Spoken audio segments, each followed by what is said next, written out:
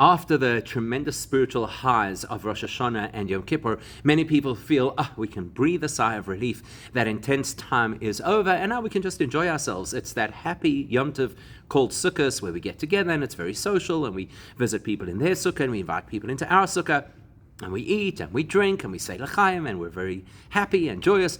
And it feels, because it's a joyous time, that it is perhaps less powerful than Rosh Hashanah and Yom Kippur. And that is a mistaken perspective, because what King David tells us in Tehillim is Bakese L'Yom Chagenu. Bakese means that which is hidden. He's actually referring to the moon, because Rosh Hashanah is the only date on the Jewish calendar where we have a major festival at a time where the moon isn't visible. It's new moon. So at the best, you'll see a sliver of the moon at some point during the course of Rosh Hashanah. And that's significant to us because we have a lunar calendar, because we are supposed to reflect the moon, or the moon is supposed to reflect us. So Bakese and Rosh Hashanah, everything is hidden in the same way as the moon is hidden. Le Yom Chagenu, to emerge at the time of our Chag. Out of all the festivals of the year, the one that is called generically Chag is Sukkot. So that means that Sukkot is not this great relief after Rosh Hashanah and Yom Kippur is over, but rather it is an opportunity to bring to the fore and to expose all of the experiences that we built beneath the surface over Rosh Hashanah and Yom Kippur. So what we should be looking for is to identify things in the themes of Sukkot that relate to the themes of Rosh Hashanah and Yom Kippur. And one of the key themes that we have on both Rosh Hashanah and Yom Kippur is a theme of Jewish unity. So on Rosh Hashanah, we're told in the Torah that is the day that everybody stands together, from the great leaders all the way down to the wood choppers and the water carriers.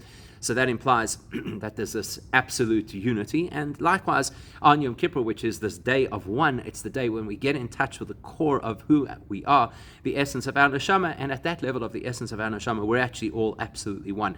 So we should expect that there's going to be a theme of tremendous unity that plays out also in the course of Sukkot. And the truth is that this particular angle on Jewish unity is so well shared and so well known that it probably won't even come as a surprise to us. But as we develop the idea a little bit further, hopefully we'll see more layers to it. And that is that when we celebrate Sukkot, we obviously sit in a sukkah, and that's a tremendous sense of unity because we can all sit in a sukkah equally. You don't have to be an advanced scholar to sit in a sukkah. There's no distinction. If you sit in a sukkah and Moshe himself sat next to you in the sukkah, you'd both fulfill the same mitzvah. It encompasses and includes us all. And the other thing that we do is we shake the Lulav and Esrog, which is actually 4 species, which we generically refer to as the Lulav and Esrog. And here's the part that's really well known, and that is that each of those 4 species represents a particular kind of Jewish person. So broadly speaking, we use fragrance as a representation of dedication to mitzvahs, and taste as a representation of dedication to Torah study. And the reason for that is because when you eat something and you taste it and it feels really good, you enjoy it, it adds a lot of value to you personally, much in the same way as when you learn something and you understand it and it makes a lot of sense, it adds a tremendous value to your spiritual journey. Whereas mitzvahs are more like fragrance, because when you do a mitzvah, it doesn't necessarily feed you, it doesn't necessarily nourish you, but it does add value. You feel kind of inspired by doing it. So the esrog, which is what we call the beautiful fruit out of the 4 species, has beautiful fragrance and it has a good taste. So that represents the Jew who is invested both in mitzvahs and in Torah study, without primacy to one over the other. The lulav, which comes from a date palm, well, dates are delicious, but they don't really have a fragrance. So that represents the Jew who is primarily invested in Torah learning and not as much known for their tremendous good deeds or their tremendous mitzvahs. Then you have the hadassim, which are very fragrant, but nobody's going to attempt eating them because you don't assume, and the truth is they don't have a taste. So that represents the person who's primarily engaged in mitzvahs and good deeds, but doesn't really invest that deeply in their Torah study. And then you have the arava, which is the willow. Anybody who's ever owned a set of lulav and esrog will know that the willow is actually the most vulnerable out of the 4 species. It's the one that dries out the easiest.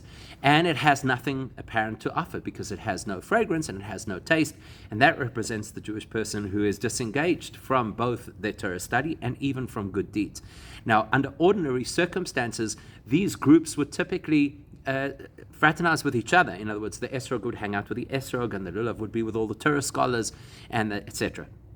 What we do on Sukkot is we bring them all together, and if any one of them is missing, we are not actually fulfilling the mitzvah. So it's a very strong message about the need not just for unity, but unity in diversity. It's a powerful lesson of Sukkot And of course, we'll unpack and explore it further.